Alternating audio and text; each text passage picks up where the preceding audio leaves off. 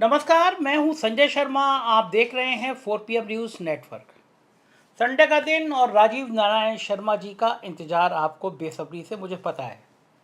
मैं इंदौर में था, बड़ा मज़ेदार बात हुई कि मैं इंदौर में था, फिर राजीव जी उत्तर प्रदेश के दौरे पे आए हुए थे।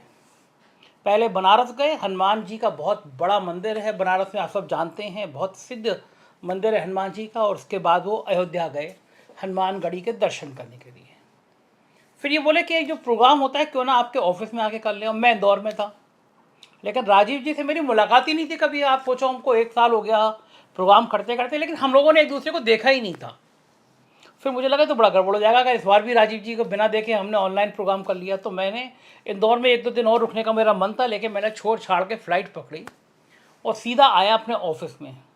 तो ये पहली बार 1 साल में, जब से राजीव नारायण शर्मा जी ने हमारे यहाँ शो किया, तब से ये पहला प्रोग्राम है जो मेरे ऑफिस में हो रहा है। तो ये पहला प्रोग्राम है, चूँकि तो नया भी होगा, कुछ मज़ेदार भी होगा।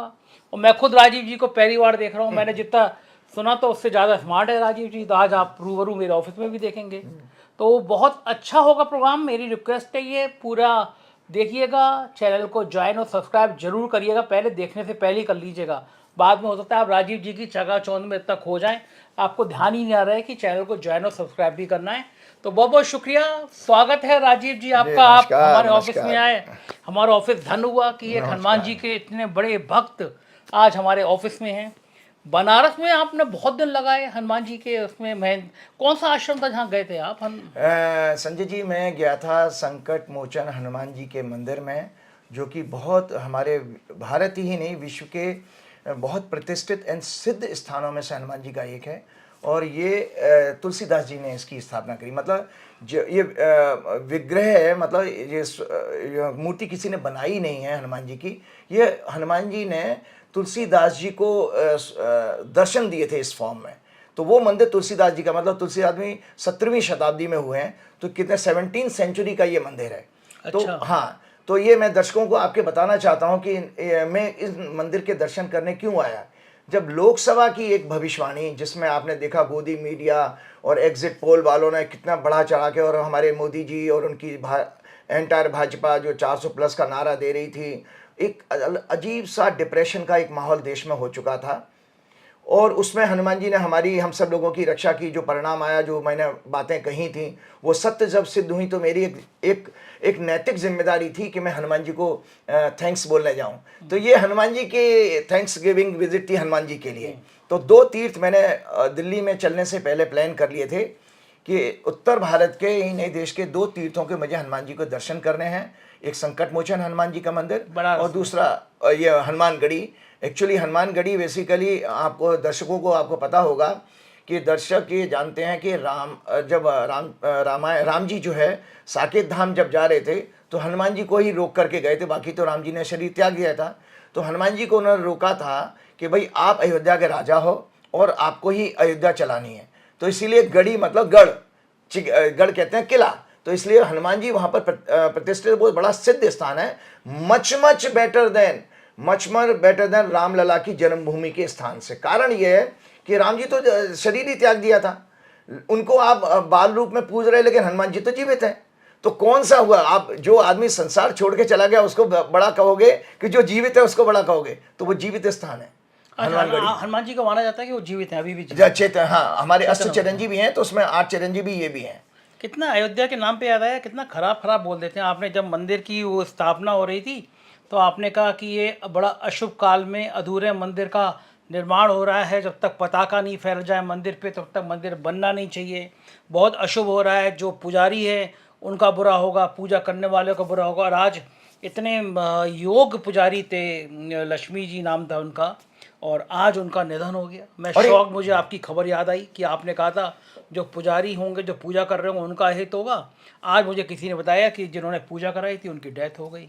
हाँ, और आप वहाँ पे, बिल्कुल आप ठीक कह रहे हैं कि मैंने अपने प्रोग्राम में ये कहा था दर्शकों की, संजय जी, ये जो अशुभ काल में इन्होंने जो किया था, पता नहीं भगवान जाने इनके कौन मुहूर्त निकलवाते थे। इन्होंने चर लगन में लिया था। मैंने अक्सर ज्योतिष में 3 प्रकार के लगन बताए हैं, मूवेबल साइन, फिक्स साइन और डुअल साइन।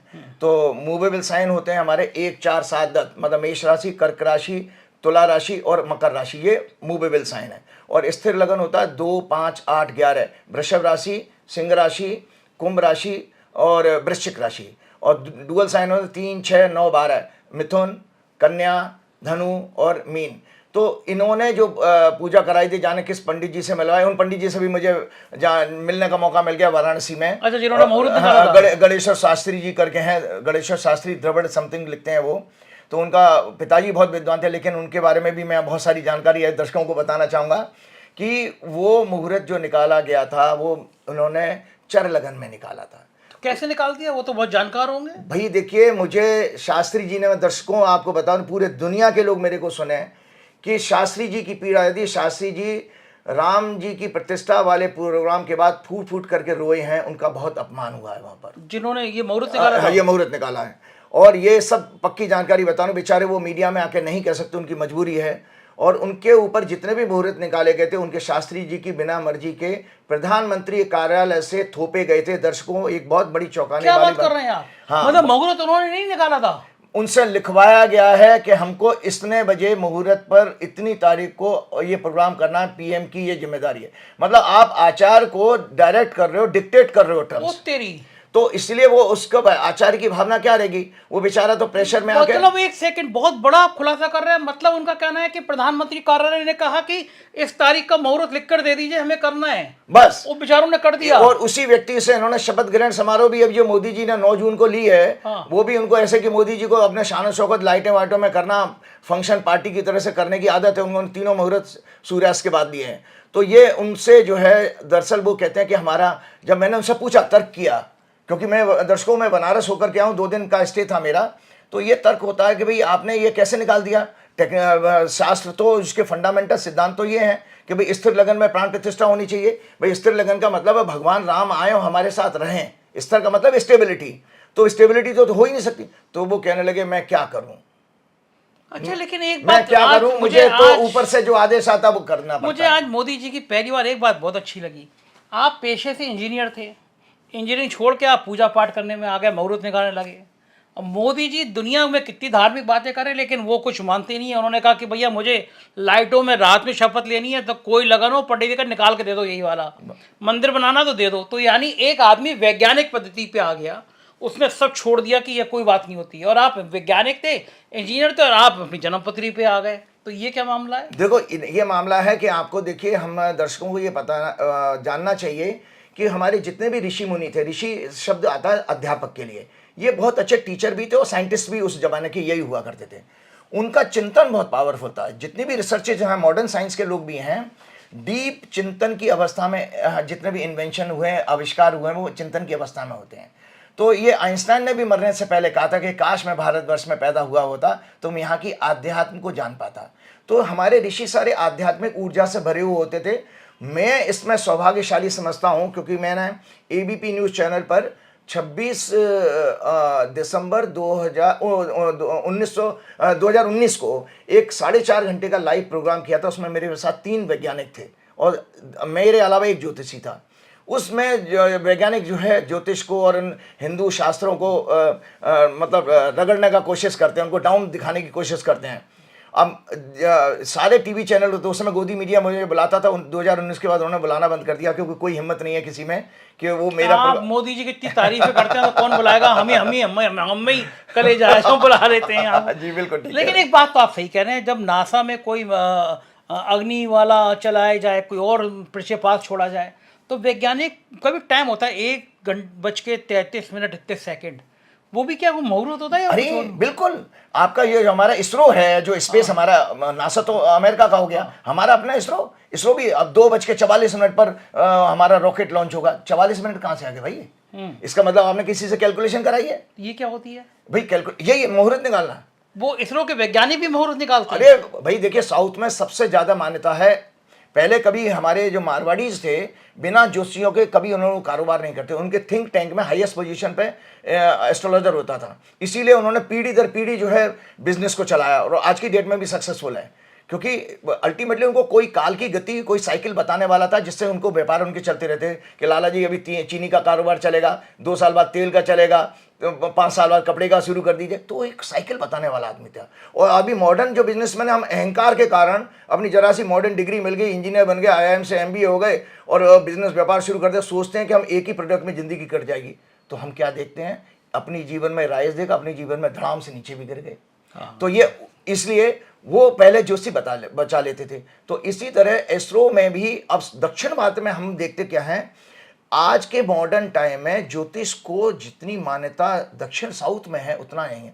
कितने ही कर्नाटक से लेकर तेलंगाना, आंध्र प्रदेश के चिमने से बिना जोशियों के कुछ काम ही नहीं करते। मैंने तो केसीआर को देखा था। केसीआर मैं तो वो तो एक कदम नहीं निकालते थे, लेकिन yes. लेकिन जब इतना मुहूर्त निकालते तब भी वो हार गए। नहीं, देखिए वो हारना जीतना अलग है। देखो एक और चीज दर्शकों को जानकारी के लिए बता देता हूं, आप लोगों को भी जानना चाहिए कि जब बड़े आदमी के संपर्क में आप जब जाते हो तो बड़ा आदमी मतलब माया, तो माया से कहीं थोड़ा प्रभावित हो जाते हो, कहीं फियर आ जाएगा आपके अंदर, फिर आपको लगे यार ये चीफ मिनिस्टर मुझे जानता है, कहीं धक्का मार के निकाल ना दे अगर इसकी मैंने प्रसन्नता वाली बात नहीं करी।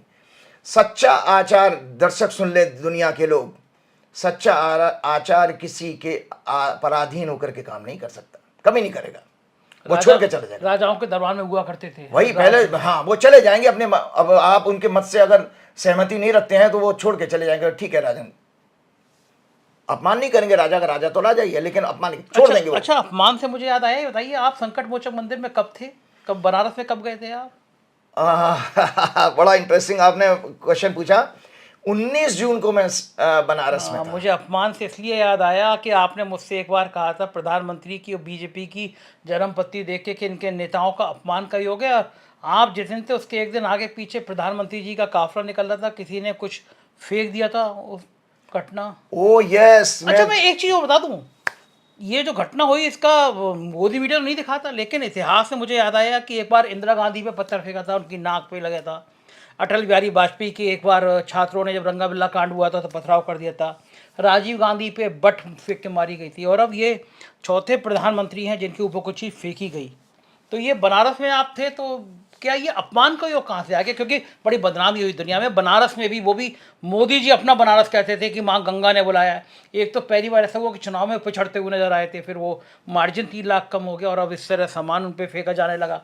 तो ये क्या अपमान का योग था, ये हुआ क्या था वहाँ? बहुत अच्छी बात, मैं इसका ज्योतिषी कारण तो बताऊंगा ही, लेकिन चूंकि मैं दर्शकों, मैं जिस दिन घटना घटी है उसके अगले दिन मैं वहीं था, तो मुझे थोड़ी सी वहाँ के जो लोगों में डिस्कशन हो रहा था, हॉट डिस्कशन, क्योंकि गोदी मीडिया तो दिखाएगा नहीं, तो जो डिस्कशन हुआ, चौंकाने वाली बात बताता हूँ। पहले आपने बिल्कुल ठीक कहा हिस्ट्री के हिसाब से कि हमारे जो प्रधानमंत्री जितने भारत में, आज़ाद भारत में 77 साल में हुए हैं, उनमें इंदिरा जी के ऊपर अटैक हुआ था, उनकी नाक पे इंजरी हुई थी, उनको प्लास्टिक सर्जरी करानी पड़ी थी। दूसरा, राजीव गांधी के श्रीलंका में बंदूक की बट से प्रहार हुआ था, वो बचा गए थे, बहुत एक्टिव थे, तो वो कंधे पे लगी थी। तीसरा, अटल जी के पत्थर लगा था, छात्रों के कोई आंदोलन था जब वो बच्चे विरोध कर रहे थे गीता चोपड़ा हत्याकांड के ऊपर। लेकिन ये दर्शकों, ये घटना जो घटी है, ये जब भारत का इतिहास लिखा जाएगा, आज नहीं 500 साल का, तब ये लिखा जाएगा कि किसी प्रधानमंत्री को चप्पल मारी गई है। ये चीजें सांकेतिक हैं। चप्पल नहीं थी, लोग यहाँ के अफसर कह रहे हैं चप्पल नहीं, नहीं वो चप्पल थी, वो तो हमने भी फूल गए अफसर यूपी के कह रहे हैं। अच्छा, चप्पल फेंकी गई होती तो वहाँ का डीएमएसपी सस्पेंड ना हो जाते? भाई देखो, मुझे नहीं पता, ये जांच का विषय है और ये लोगों को चिंता करनी चाहिए। अगर काश वो चप्पल की जगह हैंड ग्रेनेड होता तो भगवान जाने कितनी अशुभ घटना हो सकती है। हमारे प्रधानमंत्री की लिए बड़ी सुरक्षा का, ये सबसे बड़ा चीज है कि आप ये कॉन्स्टिट्यूशनल हेड की सुरक्षा इतनी लापरवाही से कैसे ली गई? अच्छा, यानी चप्पल थी इसलिए छुपाने की कोशिश की जा रही है कि बदनामी हो जाएगी, बदनामी हो जाएगी। और आपको राहुल गांधी ने तो प्रेस कॉन्फ्रेंस में कहा भी था कि चप्पल फेंकी। देखिए, क्योंकि मैं तो आपको बता दूं, मैं तो वहाँ अगले दिन ही, बिल्कुल 24 घंटे भी नहीं बीते तो मैं बनारस में पहुंच चुका था। तो मैंने वहां पर जब लोगों ने, जैसे मंदिर में बहुत सारे लोग, आपका कोई हाथ तो नहीं है? नहीं, मेरा हाथ नहीं है, मैं तो तंत्र मंत्र कर दिया। नहीं, वो मैं आपके आने से पहले ही वो हो जाए। आपके मोदी जी में इलू इलू ज्यादा होता रहता है ना। नहीं, इलू की बात नहीं, मैं ज्योतिषी कारण तो एक्सप्लेन करूंगा ही करूंगा, क्योंकि बीइंग एन एस्ट्रोलॉजर मुझे ये देखना है कि ऐसी बड़ी घटना इतिहास की, अब 77 साल की सबसे बड़ी अपमानजनक घटना है कि हमारे सिटिंग प्रधानमंत्री के ऊपर चप्पल से प्रहार हुआ है। सोचिए, अगर प्रधानमंत्री जी ओपन जीप में होते तो वो उनके चेहरे पर भी लग सकती थी, और वो चप्पल उनके बोनट पर गिरी है शीशे से लग के, और उसके बाद एसपीजी के लोगों ने हटाई है। तो वो संपूर्णानंद जो बताया गया मुझे बनारस में, जब आपको पता है संकट मोचन मंदिर में हजारों लाखों लोग आते हैं, तो चर्चा हो रही थी। मैं सुन रहा था, मैं साधना कर रहा था, मेरे कानों में आवाज आ रही थी, उस समय लोग चर्चा कर रहे थे कि भाई मोदी जी के कल जो है 19 तारीख की बात है, तो वो कल बता रहे थे कि कल लगी है, तो उसमें बताया कि भाई चप्पल लगी और शीशे पे लगी, और उसको जो है जिस जगह से संपूर्णानंद विश्वविद्यालय है उस रोड से ये जा रहे थे, और जहाँ से निकली वो हिंदू इलाका था। कोई हिंदू जो उनका दफ्तर, में नाम नहीं लेना चाहूंगा दर्शकों, वो जो जिस जगह, कोई चीज तो ऐसी है जो आप डरते हैं कि मैं नाम नहीं लेना चाहूंगा, आप कहाँ डरते हैं, किसका क्या कहना चाह रहे हैं, खुल के बोलिए ना। भाई देखिए, वहां पर ये कह के संघ के लोगों का दफ्तर वगैरह था जहां से ये चप्पल की डायरेक्शन आई है।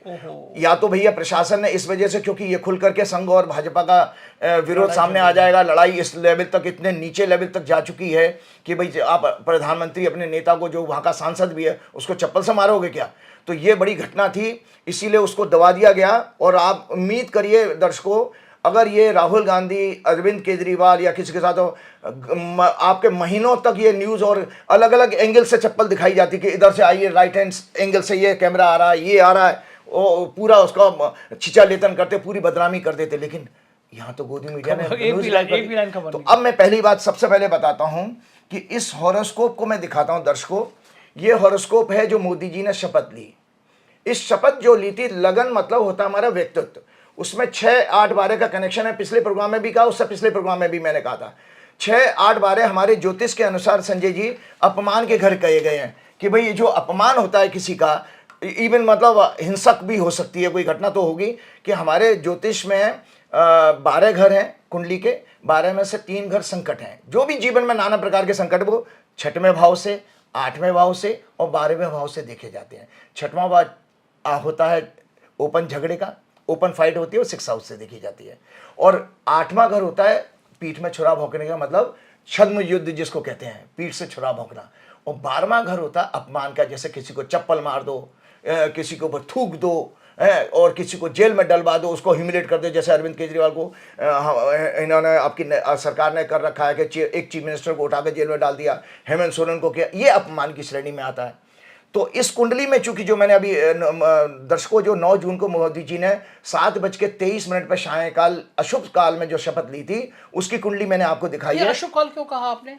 अशुभ काल देखिए कि मैंने आपके पिछले सिद्धांत में भी बताया था, मैं किताब भी दिखाई थी, मुहूर्त चिंतामणि। हाँ। उसमें फंडामेंटल सिद्धांत दिए हैं कि राजा चूंकि सूर्य से देखा जाता है और सूर्यास्त के बाद राजा का शपथ नहीं होना चाहिए। अच्छा, ओके। तो सूर्योदय से पहले करना चाहिए था। अब वही बेचारे पंडित जी जो रो रहे थे, बोले मैं क्या करूं, वहां से पीएमओ से वो पीके मिश्रा, एक पीके का जिक्र मैंने दर्शकों किया था, वो एग्जिट पोल से पहले भी पीके मैंने हंस के कहा था, उनका वो पांडे जी पीके घूम रहे हैं। एक्चुअली वो पीके प्रशांत किशोर थे, तो वो पांडे जी की तो बेचारों की दुकान ही बंद करा दी आप लोगों ने। तो बहुत तो बल्कि उन्होंने तो कहीं हमने सुना था कि उन्होंने अब हाथ खड़े कर दिए कि मैं भविष्य में भविष्यवाणी नहीं करूंगा, वो छोड़ गए मैदान। अब यही हाल उनका, वो जो आपका प्रदीप गुप्ता है, यशवंत देशमुख, इन सबका यही होना, उनकी दुकान सब बंद है। तो ये जो घटना घटी, वहां पर भी प्रधानमंत्री कार्यालय में भी एक वहां पर भी एक पीके बैठे हुए हैं। प्रधानमंत्री कार्यालय भी एक आदमी पीके चला रहा है, ठीक है। तो वो वहां से मुहूर्त आ जाते हैं, वो अपने आप को प्रकांड पंडित समझते हैं। बेचारे शास्त्री जी ने निकाल दिया कि भाई मोदी जी को लाइटों में शपथ लेनी है। एक्चुअली वहाँ पे शाहरुख खान भी आ रहे थे, अक्षय कुमार थे, रवीना टंडन थी, तो ये दिन में कहाँ अच्छे लगते हैं। शाहरुख खान आया, मतलब लाइटें वाइटें उसके चेहरे पे हो, अक्षय कुमार आए, रवीना टंडन आए, दिन में यहाँ कहाँ ऐसे प्रोग्राम हो जाए। बहुत प्रधानमंत्री के कार्यालय में सब दिखना चाहिए ना, इधर चेहरे से। हाँ, बहुत अच्छी बात आपने कही कि मोदी जी को हमारे फिल्म स्टार से बहुत इंटरेस्ट है। और जब ये गुजरात के चीफ मिनिस्टर थे, क्योंकि मोदी जी का ये शुक्र का चक्कर होगा, तो उनको फिल्मी हीरो हीरोइन बहुत पसंद है। एक बार तो कोई मैंने दिख रहा था सेल्फी, कितनी हीरोइनों के साथ में मोदी जी बिल्कुल कृष्ण की तरह से गोपिकाओं से घिरे पड़े थे, वो ले रहे थे। वो वैसे भी रूप का लिया का, तो अंजना ओम कश्यप, इन लोगों को इम्पोर्टेंट इंटरव्यू देते हैं मोदी जी। ये बड़ी कंट्रोवर्सी ये भी हो गई थी कि जो CDS हैं, तीनों सेनाओं के चीफ, वो 5वीं लॉन में बैठे थे। शाहरुख खान, अक्षय कुमार आ गए। बहुत ह्यूमिलेशन है। हमारे सेना अध्यक्ष जो कि हमारे फ्रंट रो में होने चाहिए, उनको पीछे बैठा करके ये, और एक्टर्स को एक बहुत अच्छी चौंकाने वाली बात करता हूँ। हालांकि अमिताभ बच्चन जी, मुझे माफ़ कीजिएगा, आप मेरे आइडोल हैं। मैं बचपन में आपकी पिक्चरें देख करके मुझे आप बहुत अच्छे लगते थे, लेकिन घटना आज आपको शेयर करता हूँ। वो नहीं थे ना कार्यक्रम में? नहीं, वो नहीं थे, लेकिन घटना शेयर करता हूँ कि ज्योतिष में क्या देखा जाता है। मेरे मन में था कि कभी आपके प्रोग्राम में जरूर कहूँगा। के.एन. राव साहब के पास तेजी बच्चन जाया करती थी कुंडली दिखाने के लिए। तो तेजी बच्चन जी ने एक बार राव साहब से ये कहा कि सर ज्योतिष महान है, मैं विश्वास भी करती हूँ सबको। हाँ, वो घटना तब की थी जब अमिताभ बच्चन के कुली से चोट लग गई थी ना, कुली वाली शूटिंग करते समय। तो उन्होंने, राव साहब ने कहा कि ये बच के ठीक होकर के आ जाएगा, बाहर आ जाएगा, ठीक हो जाएगा। अब उसमें क्या हुआ, इसी बातचीत में तेजी बच्चन जी ने एक कटाक्ष किया ज्योतिष के ऊपर। दर्शक सुने, उन्होंने कहा कि राव सर, मेरा बेटा इतना फेमस होगा ये किसी जोशी ने नहीं बताया। तो वो मतलब प्रश्न चिन्ह लगा दिया एस्ट्रोलॉजी के ऊपर उन्होंने। तो राव साहब ने एक गहरी सांस ली और ये कहा, देखो मैडम, ज्योतिष जो है परा विद्या है। परा और अपरा विद्या, दो तरह की विद्या होती हैं। परा विद्या ब्रह्म विद्या, मतलब जो स्पिरिचुअल साइंस है वो परा विद्या कही जाती है। और अपरा विद्या जितने हम मॉडर्न सब्जेक्ट्स हैं, इंजीनियर बने, डॉक्टर बने, चार्टर्ड अकाउंटेंट बने, पत्रकार बने, जिससे आपकी जीविका चलती है संसार की, वो हमारी अपरा विद्या में आती है। तो दोनों का कॉम्बिनेशन है। जब आप किसी ज्योतिषी के पास जाते हो कि मेरी नौकरी कब लगेगी, मेरे बच्चे कब होंगे, मैं कितना पैसा बना लूंगा, तो ये आपके अपरा विद्या के सब्जेक्ट हैं। और जब आप किसी ज्योतिषी से पूछते हो कि भाई मुझे भक्ति मिलेगी नहीं मिलेगी, मैं तीर्थ स्थान दर्शन कर पाऊंगा कि नहीं कर पाऊंगा, तो अपरा विद्या के सब्जेक्ट हो गए, क्योंकि ईश्वर को खोज रहे हो ना आप। तो उसमें जब राव साहब ने कहा धीरे से गहरी सांस लेते हुए, मैडम ज्योतिष परा विद्या भी है। तो पूर्व काल में ये जो मनोरंजन में जो लोग होते थे उनको सम्मान से नहीं देखा जाता था उस प्रोफेशन को, क्योंकि उसमें जो ज्योतिष की किताबें धर्मशास्त्रों में उसके लिए वर्ड इस्तेमाल हुए हैं। जैसे कॉमेडियन होता है तो कॉमेडियन के लिए विदूषक शब्द इस्तेमाल किया गया है। इसी तरह से जो नाचने गाने वाले होते हैं उनको नट या भांड इस तरह के शब्द कहते हैं। तो उनको वो जो कलाकार होते थे वो एक्चुअली में वो कलाकार वहाँ पे जो माना गया, जो राजा महाराजा अपने दरबार में रखते थे, वो शिल्पीकार के लिए कहा गया है, पेंटर के लिए कहा गया है, और जो आर्किटेक्ट होते उनके लिए कहा गया है। वो थोड़े से रेस्पेक्टेड प्रोफेशन थे। लेकिन जो मनोरंजन करके राजा का, जैसे राजा डी स्ट्रेस करना चाहता है अपने आप को, दरबार की प्रोसीडिंग से थक गया है लोग दरबारी, तो उनके मनोरंजन के लिए वो नृत्यकाएँ बुलवा ली जाती थी। जैसे इंद्र देवता हमारे नचाते रहते हैं अप्सराओं को, तो इंद्र देवता बेचारे ऐसे भोगी विलासता वाले नहीं है, या दर्शकों को मना, ये हमारा धर्मशास्त्रों का कुछ गलत चित्रण कर दिया गया है। इंद्र जरूर है कि हाँ शौकीन है, हमारे मोदी जी की तरह से कपड़े बदलने के भी शौकीन रहे होंगे इंद्र, लेकिन वो उनके अप्सराएं नाचती हैं, वो बेसिकली इसलिए होता था कि दरबार के तनाव को दूर करने के लिए उस जमाने में रहता होगा कि वो डिस्ट्रेस करते। आप अपने भगवानों को बचा लेते हैं। जब भगवानों के बारे में ना कृष्ण जी कपड़े उठा के भाग जाते हैं तो भी आप तर्क दे देते हैं, इंद्र जी अप्सराओं को नचा रहे हैं तो भी आप तर्क दे देते हैं, लेकिन भगवान के चरित्र में ये सब चीजें थोड़ा गड़बड़ तो लगती है। नहीं, हाँ, देखो वो हमारा अमिताभ बच्चन वाली बात बता रहे हैं। हाँ, तो अमिताभ बच्चन, तो वो उन्होंने कहा कि भाई मैडम, चूंकि हमारे यहाँ ज्योतिष में उसमें नट का शब्द आता है, तो जो प्रोफेशन बहुत रेस्पेक्टेड नहीं था। ज्योतिष तो उस तरह की बात करेगी,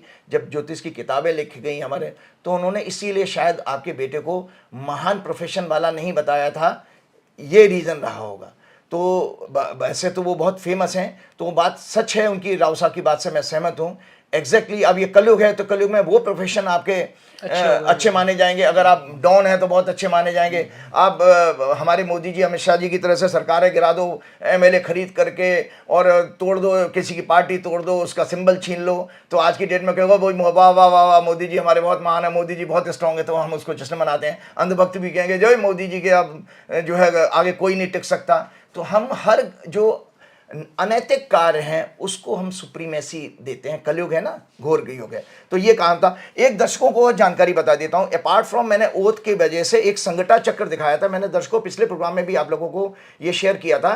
ये मैथमेटिकल एनालिसिस होती है कि कभी कभी उन कुंडली में हमें कोई घटना ना दिखाई दे, जैसे कोई हमें उसमें अरेस्ट नहीं दिख रहा, तो हमें ये पूर्व काल में ये मैथमेटिकल पोजीशन है, इससे भी हम पता लगा लेते थे कि कोई दुर्घटना या अशुभ समाचार। क्योंकि जैसे देखिए, मैंने संजय जी आपके प्रोग्राम में कहा भी था कि अशुभ समय पे लिया, तो लगातार आप देखिए जिस समय मोदी जी शपथ ले रहे थे उसी समय जम्मू कश्मीर में 5-6 सैनिक मर गए थे। 11 दिन हो गए, उसके बाद में तीर्थ यात्री पे हमला हुआ, फिर 2-3 दिन आतंकी घटनाएं हुई, रेल घटना हो गई, और फिर नीट के छात्र, लाखों छात्र आए सड़क पर हैं, एक के बाद एक ऐसी सी घटना। एक भी घटना ऐसी नहीं हुई है कि जहां पर शुभ समाचार आ रहे हो। 10-11 दिन हुए और 10-11 दिन में ऐसा लग रहा है पहले आ गई, क्योंकि रोज एक बुरी घटना आ जाती है। और कितने वो क्या नाम है, लूस है, हीट्स है। और आप देखें ना दर्शकों, क्योंकि बिल्कुल तापमान कम नहीं होने, मैंने अपनी याददाश्त में अपनी बचपन से लेकर अभी तक मेमोरी में इतने लंबे स्पेल का मैंने समर नहीं देखा है। और लंबे स्पेल का ही नहीं है, बल्कि आप घर में नहीं निकल सकते, 24-24 घंटे एसी चलाना पड़ता है। ये 10-11 दिन में ऐसा लग रहा है बिल्कुल पूरा हिंदुस्तान हिल गया हो। हाँ, तो वो मैं इसमें दर्शकों को बताना चाहता हूं, इससे भी आने वाला समय में।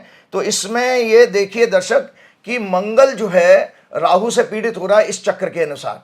अब ये मंगल 12 जुलाई को इधर आ जाएगा वृषभ राशि में, तो ये शनि से पीड़ित होगा। तो दर्शकों मैं आपको बताता हूं, जितना समय अभी तक हमने मोदी जी के शपथ के बाद देखा है, 12 जुलाई से और अत्यंत अशुभ, बहुत ही क्राइम वाला, बहुत ही हिंसक वारदातों का 45 दिन का योग आ रहा है। अरे बाप रे, 12 जुलाई से शुरू होगा। 12 जुलाई से शुरू होगा और इसमें बहुत जबरदस्त लेवल की वायलेंस दिखाई दे रही है। और वो वायलेंस इसमें मैंने देखा था, क्योंकि मंगल वृषभ राशि में आ रहा है, तो भारत की कुंडली में लगन में जाएगा। तो लगन में जो भारत की कुंडली में दिखाता हूँ, भारत की कुंडली है, तो वो लगन में जो जाएगा क्या नाम है, वो लगन में जाकर के दर्शक देख लें, ये भारत की कुंडली है, इंडिया की चार्ट। इसमें मंगल यहाँ पर आ रहा है, यहाँ से चौथी दृष्टि चौथे घर पे जा रही है। तो चौथी दृष्टि मतलब चौथा घर होता है हमारे डोमेस्टिक हैप्पीनेस का, शांति, सुख शांति। तो गृह युद्ध जैसी स्थिति आ रही है। ओ तेरी। और वो गृह युद्ध जैसी स्थिति कैसी आ रही है कि जिसमें ये बच्चों का जो आंदोलन है, जिसमें कंपटीशन, क्योंकि मैंने बीजेपी की कुंडली आप लोगों को दिखाई थी कि बीजेपी के चार्ट में भी जो है ये बीजेपी की चार्ट है, कि बीजेपी के चार्ट में मैंने दिखाया था दर्शकों। आप आज मैं सारा होमवर्क करके आया हूँ, संजय जी की ऑफिस में आया, लेकिन ये मेरी पुस्तक साथ चलती है कि ये देखिए बीजेपी की कुंडली में ये 5वां घर होता है शिक्षा का। 5वें घर से हमारी एजुकेशन देखी जाती है। और शिक्षा का सिग्निफिकेट है, 2 ग्रह माने गए हैं, बुध और बृहस्पति।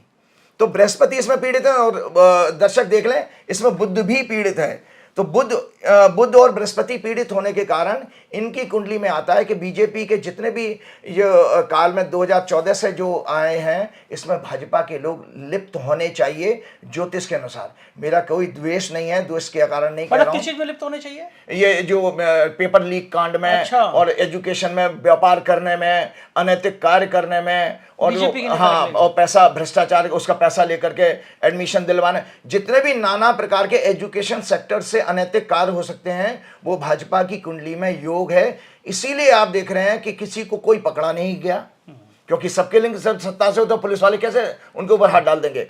तो बिहार से लेकर के आपने देखा नहीं वो कैसे वो पार्षद थी, कौन थी वो। और इसके अलावा 5वां घर संतान का भी होता है।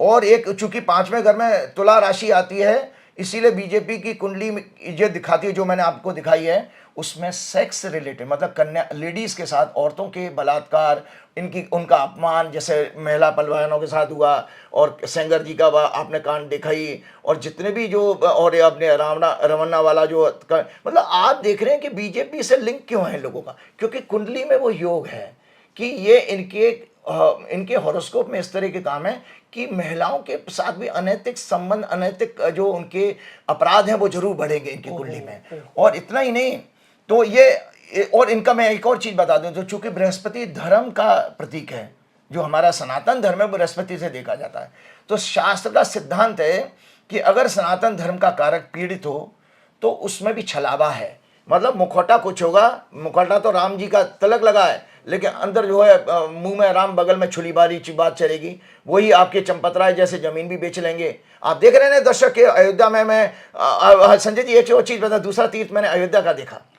तो अयोध्या का देखा तो मैंने वहां देखा, मैं आपको बता रहा हूं प्रैक्टिकली इतना बुरा हाल किसी सिटी का मैं नहीं देख सकता कि उसमें मेरे जैसा व्यक्ति, जब यो खुद उत्तर प्रदेश का रहने वाला है, मैं भटक गया। और मेरे साथ अगर जानकार लोग नहीं होते, कि किसी बड़े अधिकारी ने मेरा वीआईपी दर्शन का अरेंजमेंट कराया था और बहुत अच्छे दर्शन हुआ, उसको मैं बाद में अभी डिस्कस भी करूंगा। तो मैं भटक गया, जब कहाँ पर बैरिकेड लगा दें आपको नहीं पता।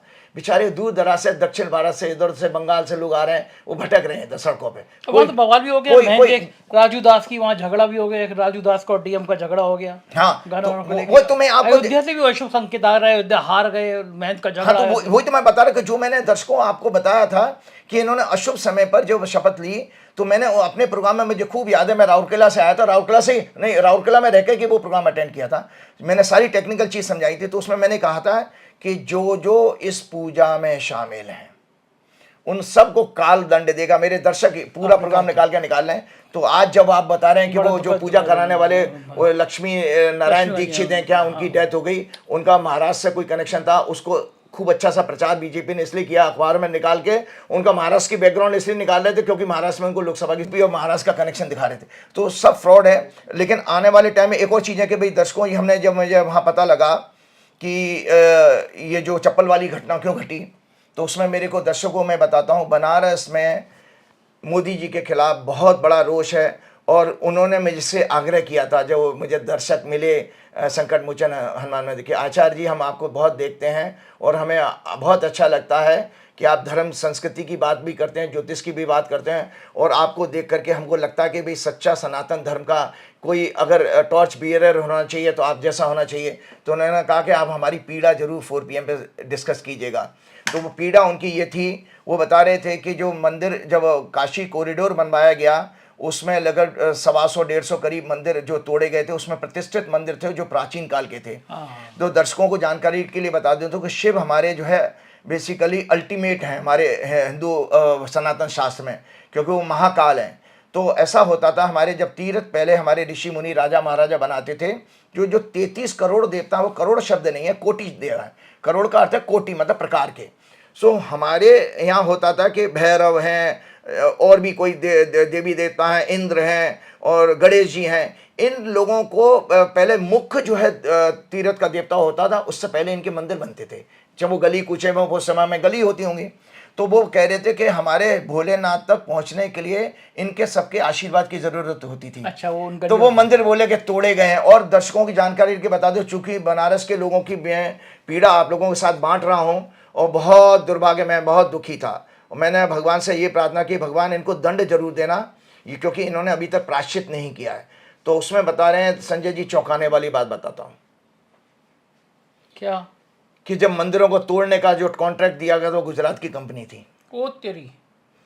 और जब उन गुजराती भाइयों ने, मैं गुजरात के लोगों का बहुत सम्मान करता हूं, गुजरात के लोग मेरे जीवन में बहुत मेरी मदद भी मुझे की है, किसी एक गुजराती के वजह से सारा गुजरात बदनाम नहीं हो सकता, लेकिन जो जिस कंपनी को कॉन्ट्रैक्ट दिया गया उसकी बैकग्राउंड गुजरात से थी।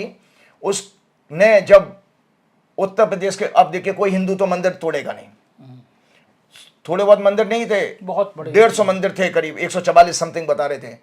उस मंदिर को तोड़ने के लिए उत्तर प्रदेश के मुसलमानों से पूछा गया। उत्तर प्रदेश और बिहार के मुसलमानों ने, सत्य बात बता रहा हूं क्योंकि बनारस से लौट के आया हूं, उत्तर प्रदेश और बनारस के मुसलमानों ने हाथ खड़े कर दिए कि हम मंदिर नहीं तोड़ सकते हिंदू। तब जाकर के उन लोगों ने, धूर्त लोगों ने जिन्होंने ये कार्य किया था, उन्होंने बंगाल से रोहिंग्याज मुसलमानों को बुलवाया, उन्होंने हमारे हिंदू देवी देवताओं को तोड़ा है। उसमें वो बता रहे थे, वो बड़े बातें बनारस में कही जा रही हैं, बताई जा रही हैं। अरे मंदिर में चर्चा हो रही थी और भक्त लोग कर रहे थे, मैं सुन रहा था, मैं जब साधना कर रहा था, मैं तो मेरे आंख में आंसू आ गए उस समय। मैंने कहा हे प्रभु, कैसी आपकी माया है, हो सकता है कि आप पापियों को एक्सपोज करना चाहते हो, आपने इसलिए अपराध होने दिया। अब तो मथुरा में भी ऐसे हो रहा है। मथुरा में कुंज की गलियां बड़ी फेमस थी, कृष्ण जी यहाँ पे घूमा करते थे, अब उन सब गलियों को तोड़ के वहां भी कॉरिडोर बनाने की बात चल रही है। तो मैं आपको बता रहा कि कॉरिडोर के नाम पर कितना आपके धर्म संस्कृति का, औरंगजेब जैसा आप काम कर रहे हो। औरंगजेब ने हिंदू मंदिर तोड़वाए, महमूद गजनबी ने तोड़वाए।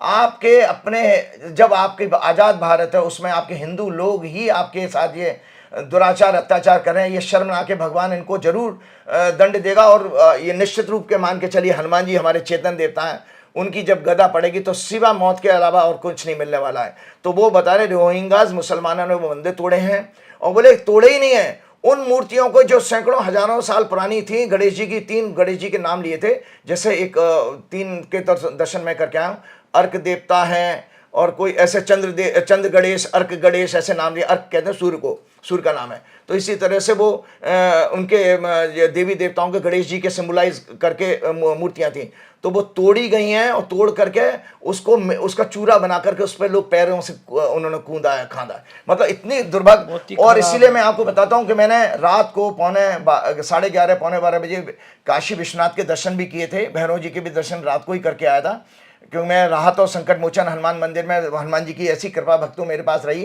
कि मुझे वहाँ पर एक VIP गेस्ट की तरह से मुझे रहने की सुविधा मिली। और वहाँ पर मैं जब साधना कर रहा था पहले दिन 19 तारीख को, तो एक चीफ जस्टिस अभी जस्ट रिटायर हुए हैं 2022 में, शायद झारखंड हाई कोर्ट में, वो पंजाब हाई कोर्ट में भी रहे हैं। मैं उनका नाम बताना नहीं चाहूँगा। वो बड़ी खूबसूरत पर्सनैलिटी थी। वो मेरे लिए, मेरे से बात करने के लिए 2 घंटे तक रहे हैं उस मंदिर प्रांगण में। और उन्होंने पहले आते से, जब मैं साधना शुरू कर रहा था, तो उन्होंने कहा मैंने आपको 4 PM पे देखा है, आप आचार्य राजीव है ना?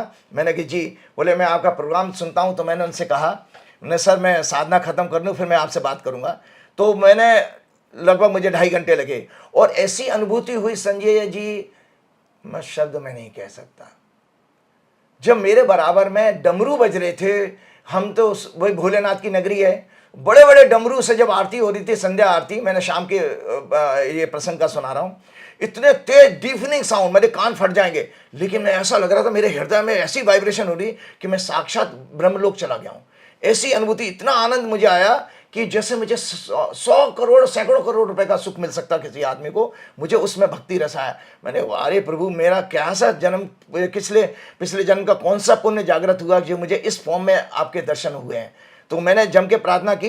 तो मैं आपको बता रहा हूँ, वहाँ पर ही ये सारी बातचीतें हो रही थी कि किस तरह से बेचारे हम रूठ गए। तो बोले हम रोष किस पे दिखाएं, किस पे गुस्सा दिखाएं।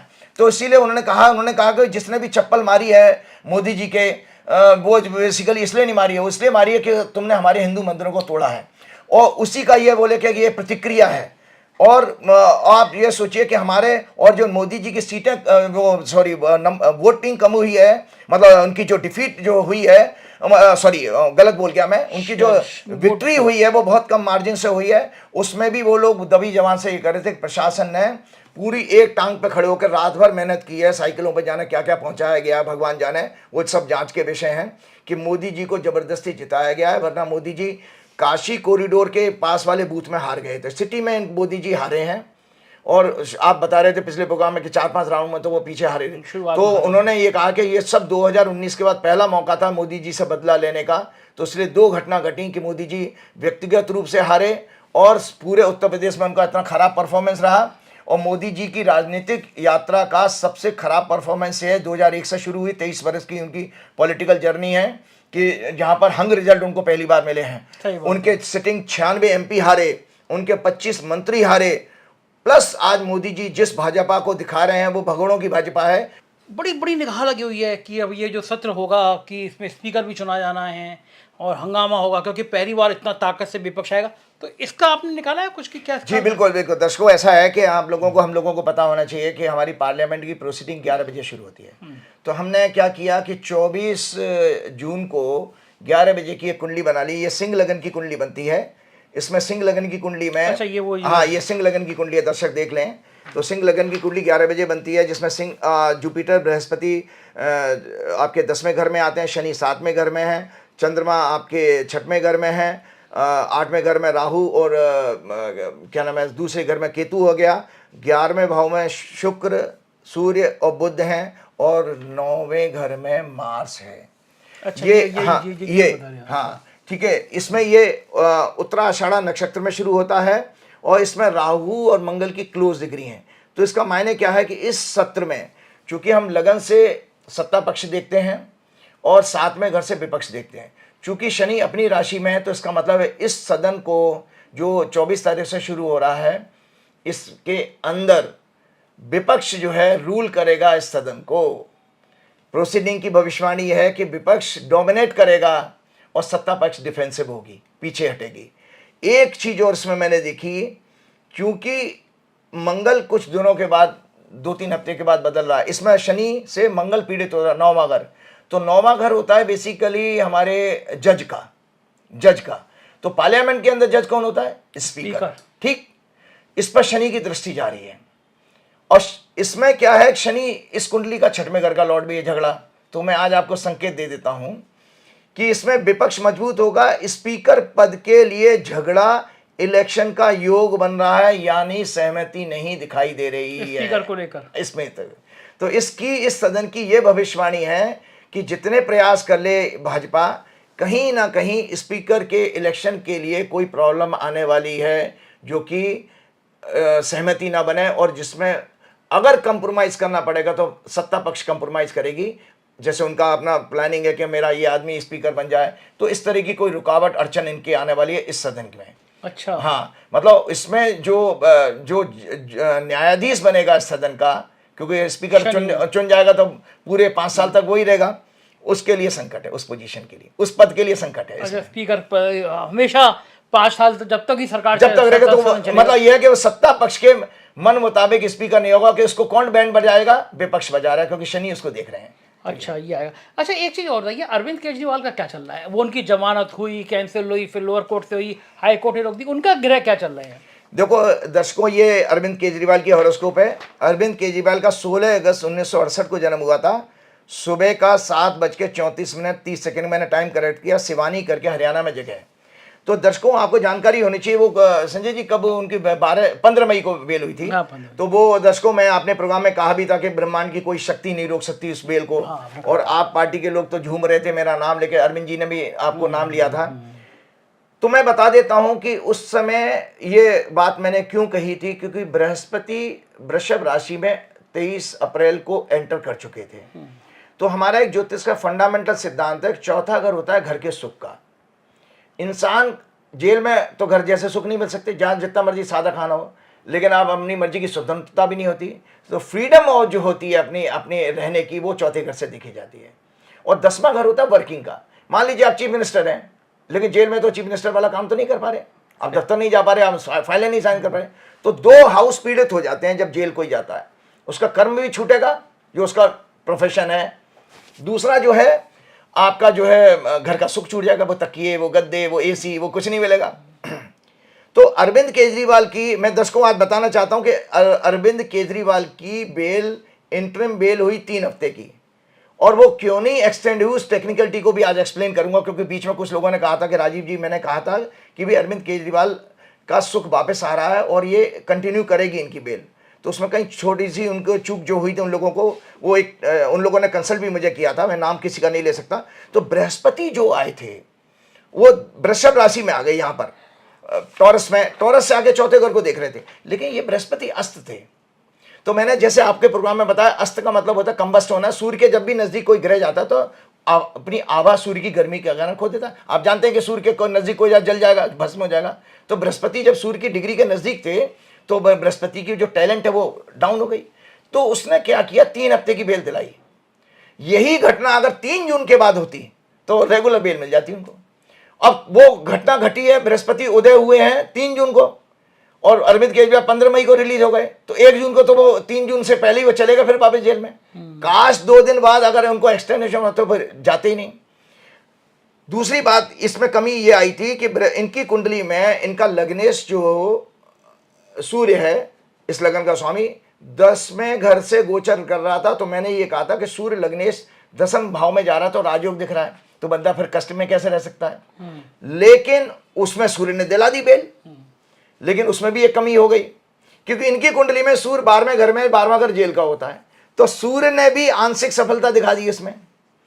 काश सूर्य अगर इनके 10वें घर में, वो 12वें घर में नहीं होता तो भी इसको कोई ताकत नहीं थी कि जेल में डाल देती दोबारा। इन चीजों को ज्योतिषी जब देख लेते हैं, तो ये आपको पता ही है, मैंने हर प्रोग्राम में आपके कहा कि भाई ज्योतिष जो है बेसिकली एक काउंसलिंग की साइंस है। राजा महाराज के राजगुरु, तो अब क्या होगा इनका भविष्य क्या है? वही मैं बता रहा हूं 2 मिनट में, कि राजा महाराजा के गाइडेंस में चलते थे तो वो काम उनके सफल हो जाते थे। तो मेरे को जब इन लोगों ने, आप पार्टी वालों ने संपर्क किया कि, तो मैंने इनसे कहा था कि भाई आप 23 या 24 कोई केस डाल दीजिए दोबारा, रिव्यू पिटीशन है रिलीफ के लिए। लेकिन वही है कि अब हो सकता है कि माया के कारण वो अपने प्रचार में बिजी रहे, उन्होंने उन तारीखों को छोड़ दिया। और जब ये वैकेशन बेंच में इन्होंने किया है 27 तारीख को, मेरी दी हुई तारीख इन्होंने निकाल दी। इन्होंने जो इसने व्यक्ति ने मुझसे बात की थी, उसने पूछा था कि 23 अच्छी है कि 24, तो मैंने कहा 24 ज़्यादा अच्छी डेट है। तो इंटरेस्टिंग बात दर्शकों आपको साथ शेयर कर रहा हूँ कि जब 27 तारीख को जिस वैकेशन बेंच में सुप्रीम कोर्ट की ये मैटर जब गया, तो उसने केवल एक ही प्रश्न उठाया कि भाई 24 तारीख को जो बेंच बैठी थी उसने तो आपको बेल दी थी संजीव खन्ना की, तो आप वहाँ क्यों नहीं गए। तो मैं हंसने लगा कि देखो मेरी तारीख पर तो वो जज भी कमेंट कर रहा है कि तुम 24 को जाना चाहिए था। तो काश 24 को जाते तो अरविंद केजरीवाल को बेल मिल जाती, जेल नहीं जाते। अब वो इसीलिए मैं आप लोगों को बताता हूं कि अगर आप आचार की बातों को वर्ड बाय वर्ड फॉलो करेंगे तो रिलीफ आती है। अब आगे की घटना कि अभी जो 2 दिन पहले बेल हुई थी, फिर हाईकोर्ट में पहुंच गए, वो स्टे करा दिया उन्होंने, तो उसमें वीकनेस क्यों हुई है? उस वीकनेस की कारण बता देता हूं कि 10वें घर का स्वामी कि अरविंद केजरीवाल जब तक अपने चीफ मिनिस्टर की फाइल साइन नहीं कर सकते, जब तक 10वां घर स्ट्रांग ना हो, तो 10वें से इनके अभी भी अस्त्र चल रहे हैं। 28 जून को शुक्र उदय होने जा रहा है।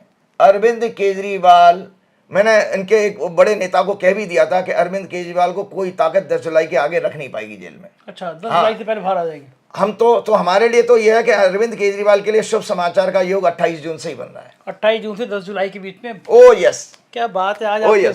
आज आप दफ्तर में आए, मजा आ गया आपसे बात करके, लेकिन आज आपको साक्षात में हनुमान जी की स्तुति करते हुए देखूंगा। वो हाँ, स्तुति से एक सेकंड और लेना चाहूंगा। दर्शकों, लोग कहते हैं कि भक्त की मतलब हमने शास्त्रों में पढ़ा है कि भगवान अपने से भी ऊंचा दर्जा दे देते हैं भक्त को। मेरी जिंदगी में मैं पहली बार अयोध्या गया था, पहली बार, कभी नहीं गया हूं, और इतने वीआईपी दर्शन होंगे ये मैंने कभी कल्पना नहीं की थी। दोनों जगह पे हनुमान, मेरी साधना थी, मैंने आप लोगों को बताया कि चुनावी भविष्यवाणी सफल होने के बाद मुझे हनुमान जी के चरणों में माथा टेक करके उनसे आशीर्वाद लेना था कि प्रभु आपने रक्षा की, देश की भी और मेरी भी रक्षा करी। क्योंकि भैया किसी ने कह दिया था कि 4 जून के बाद पंडित जी या तो पूजे जाएंगे या पीटेंगे, तो हमारा कोई बिगाड़ तो नहीं सकता। आपने कह दिया था कि भाई हंग पार्लियामेंट है। ठीक है, तो पूरा तो उसका भी कारण बता देता हूँ। एक कुंडली शेयर करता हूँ, एक इंपॉर्टेंट फाइंडिंग में रिसर्च है ये ज्योतिष की, मैं बता देता हूँ। ये देखिए, और इसमें एक बहुत अच्छा जवाब भी आप लोगों को मिल जाएगा। ये 1977 की कुंडली है। जब 1977 का आया था, 21 मार्च 1977 को परिणाम आए थे लोकसभा के। उस समय बृहस्पति, दर्शक देख सकते हैं इस कुंडली को, देखेंगे कि टॉरस राशि में था, वृषभ राशि में। जो भारत की कुंडली जो मैंने दिखाई थी उसका लगन है। और उसके बाद में ये 4 जून की कुंडली है, जब आपके इस साल के परिणाम आए हैं, इस साल के, इसमें भी बृहस्पति उसी राशि में था 1977 में। तो ये बात हमारी वहां पर, जब मैं महंत जी के साथ बैठा था और बहुत सारे बनारस के उन्होंने विद्वान बुलवाए थे मेरे से परिचय कराने के लिए, जो संकट मोचन, बड़ा उनसा प्रेम मुझे मिला। और मेरा बड़ा अच्छा व्यक्तित्व था, बड़े टेक्निकल हैं वो, शायद IIT में प्रोफेसर भी हैं, इंजीनियरिंग बैकग्राउंड से हैं महंत जी। तो उन लोगों के बीच में मैं चर्चा कर रहा था, विद्वानों को बता रहा था कि देखो कितनी अच्छी साइंस रिसर्च है कि जब एक ग्रह जिस राशि में आता है, 77 में उसने एक सत्ता को, अहंकार तोड़ा और मिलीजुली सरकार बना दी। और अभी भी आप देखिए प्रैक्टिकली अहंकार तोड़ा और मिलीजुली सरकार बनाई है। मोदी की सरकार तो नहीं है ये। अब इसमें मोदी जी को और सीटें कम हो सकती थी कि काश ये बृहस्पति उस समय जब चुनाव हुए उदय होता। तो बृहस्पति वही लॉजिक लगा रहा हूं कि चूंकि वो अस्त थे, 15 वाट का काम कर रहे थे, इसीलिए 240 दिला दी।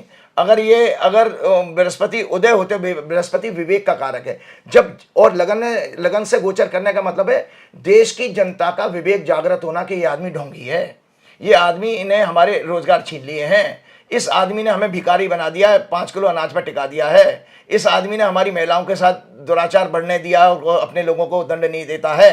तो ये जितने नाना प्रकार के विषय जो बने थे जिसके कारण जनता जो है विपरीत मतदान किया है, काश बृहस्पति उदय होता तो ये मोदी जी की सीटें, इस मतलब भाड़ों वाली जो क्या ना भगोड़ों वाली जो भाजपा है, इसका हश्र जो है 150 से नीचे होता। दूसरी बात जो अभी हम कह रहे थे, बस उसके बाद खत्म करूंगा, कि जो हनुमानगढ़ी के जब मैंने दर्शन किए तो हम भटक रहे थे, किसी एक सज्जन को लगा दिया था जो वहाँ का लोकल पॉलिटिकल लीडर था, वो भटक रहा था। इसी बीच में लखनऊ से किसी पुलिस ऑफिसर का फ़ोन गया वहाँ पर कि हमारे आचार्य जी वहाँ पर दर्शन के लिए आ रहे हैं। तो वहाँ के CEO को चला गया। CEO क्या होता है? क्षेत्राधिकारी होता है, मतलब जो अयोध्या का सिटी का जो थाने का इंचार्ज। तो साहब उनका CEO साहब का मेरे पास मैसेज आ गया, आचार्य जी आप कहाँ हैं? मैं कोई सरकारी आदमी नहीं हूँ, एक साधारण सा व्यक्ति हूँ, अपने व्यापार बिजनेस सब छोड़ बैठा हूँ 2004 में ही। तो मेरे को कोई क्या VIP ट्रीटमेंट देगा, लेकिन भगवान की भक्ति की महिमा देखो। उधर मैं गेस्ट हाउस में रुकता हूँ संकट मोचन के मंदिर में, हर जगह और दूसरा यहाँ पर संजय जी प्रोटोकॉल देखिए। मैं जितने लोगों ने मेरी हनुमान जी की इस तीर्थ के दर्शन कराने में जो मदद की है, मैं सबके लिए हनुमान जी से प्रार्थना करता हूँ, भगवान उनके सबके दुख दूर करना, उनके सबको मेरी तरफ से आशीर्वाद भी और हनुमान जी का आशीर्वाद भी मिले। तो उसमें जब ये थानेदार का मेरे पास एसएचओ का, वो सीओ का जब फ़ोन आया कि आचार्य जी आप आइए हमारे पास, हम वेट कर रहे हैं, तो हम उनके घर गए, घर से ही वो ऑपरेट भी कर रहे हैं, जरा सी किसी गली में घुस के था, और वो फ्रंट में हमारा वेट कर रहे थे। तो पहले उन्होंने मुझसे कहा कि आप चाय पियेंगे कि दर्शन करेंगे, मैंने दर्शन पहले करेंगे। तो आप देखिए वो अपनी पुलिस की गाड़ी में बैठे एसएचओ, जिस जगह पे हम चक्कर काट के यू टर्न मार के आगे, क्योंकि सब जगह बैरिकेड लगा, हम घुस नहीं पा रहे थे, हमें लगा कि आज दर्शन नहीं हो सकते। भाई साहब उस अयोध्या सिटी का थानेदार हमारे आगे गाड़ी में सायरन बजाता हुआ जा रहा है और मैं पीछे चल रहा हूं। मतलब प्रोटोकॉल देखिए कि थानेदार मेरे लिए प्रोटोकॉल बन गया, और वो मुझे ले जाके, उन्होंने हनुमानगढ़ी में वो पीछे वाला रास्ता वहां से ले जाके दर्शन कराए। और हमेशा सोचिए 15 मिनट तक मैंने की, इतनी मोटी मोटी मालाएं मेरे गले में डाल दी गई, ढेर सारा प्रसाद। और एक दर्शकों को एक जानकारी बता दूं कि जो लोकल आदमी थे वो लोग क्या सिखाते हैं कि उनको पंडितों ने ऐसा कंफ्यूज कर दिया कि प्रसाद तो ले लो हनुमान जी पे, मैंने हट, मेरे भगवान पर प्रसाद चलाया जाता है क्या? अरे भगवान से तो प्रसाद हमें चाहिए, भक्ति का, आशीर्वाद का। तो मैं नहीं लेके आया, लेकिन भगवान की कृपा देखो, इतना बड़ा टोकरा भर के लड्डू मिले वहां से। मैंने फूल भी नहीं खरीदे, मैं कभी नहीं खरीदता हूँ, जहाँ भी तीर्थ पे जाता हूँ मैंने कभी नहीं खरीदता हूँ। और मालाएं मोटी मोटी डाल दी मैंने। देखो भगवान ने खुद भक्त का सम्मान किया है, और हमारी क्या औकाती कि वहाँ का थानेदार आपके लिए सायरन बजाती हुई पुलिस की गाड़ी चल रही है आगे, जैसे आप मिनिस्टर हो, कोई प्रधानमंत्री हो, ऐसा करके भगवान ने ये दर्शन कराए हैं। और आपको जानकारी के लिए बता देता हूँ कि ये सब चीज़ें ये सिद्ध करती हैं कि अल्टीमेटली भक्ति जब विशुद्ध होती है, जिसमें विशुद्ध प्रेम होता है, तो भगवान की ऐसी ही कृपा मिलती है। इसीलिए मैं बार बार सब लोगों को कहता हूँ, संकट ते हनुमान छुड़ावे, मन क्रम वचन ध्यान जो लावे, सब पर राम तपस्वी राजा, तिनके काज सकल तुम साजा। और महेंद्र जी एक बात बहुत अच्छी बता रहे थे कि तुलसीदास जी ने जब पूरी रामायण लिख ली, एक चीज और दर्शकों को दिखाइएगा, ऐसी दुर्लभ चीज लाए महेंद्र जी, मुझे माफ कीजिएगा, लेकिन मैं अपने आप को रोक नहीं पा रहा हूं कि मेरे जरिए जब आपने मुझे दर्शन कराए हैं, मैं चाहता हूं कि पूरा विश्व उस चीज को दर्शन करे। एक दुर्लभ चीज मुझे मिली देखने का कि मैंने तुलसीदास जी की खड़ाऊं देखी हैं, और तुलसीदास जी जिस नाव में जाते 17वीं शताब्दी में, उसका नाव का टुकड़ा भी वहां उन्होंने प्रिजर्व करके रखा हुआ। इसके अलावा तुलसीदास जी ने जो रामचरितमानस अपने हाथ से लिखी थी, तुलसीदास जी 16वीं 17वीं शताब्दी में गए, वो उसकी उन्होंने प्रिजर्व की हुई, वो आज उसकी कीमत हजारों सैकड़ों करोड़ भी हो सकती है। उसके दर्शन किए, तो मैंने पिक्चर ले ली थी, वो आप जरा दर्शकों को दिखाई गए।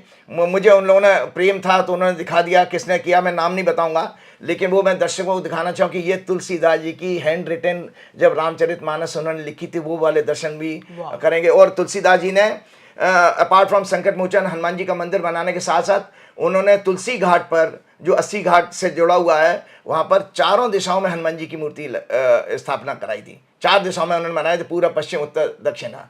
तो इसीलिए तो उन्होंने ये कहा कि तुलसीदास जी ने जब पूरा राम क्या नाम है हनुमान चालीसा लिख दिया है, तो लास्ट में जो लाइन बाद में ऐड करी है, तो मैंने हंस के कहा, मैंने कि मैं तो 4 PM के प्रोग्राम में हमेशा ही कहता हूँ, आपसे मिलने से पहले कह रहा था, तो भगवान कौन सी शक्ति कहलवाई थी। तो उसी लाइन को दोबारा दोहराता हूँ, और देवता चित्त ना डरई, हनुमत से सब सुख करई, कृपा करहूं गुरुदेव की नाई, कृपा करहूं गुरुदेव की नाई लास्ट में जोड़ी है तुलसीदास जी ने। जय श्री राम, जय। शुक्रिया शुक्रिया। तो ये थे राजीव नारायण शर्मा जी, आज मेरे ऑफिस से बातचीत हुई और मुझे लगता है कि आपको बहुत मज़ा आया होगा इस बातचीत में। इंतज़ार रहेगा आपके कमेंट का। चैनल को ज्वाइन और सब्सक्राइब करिएगा, अपनी राय से बताइएगा, अवगत कराइएगा कैसा लगा प्रोग्राम। शुक्रिया, थैंक यू।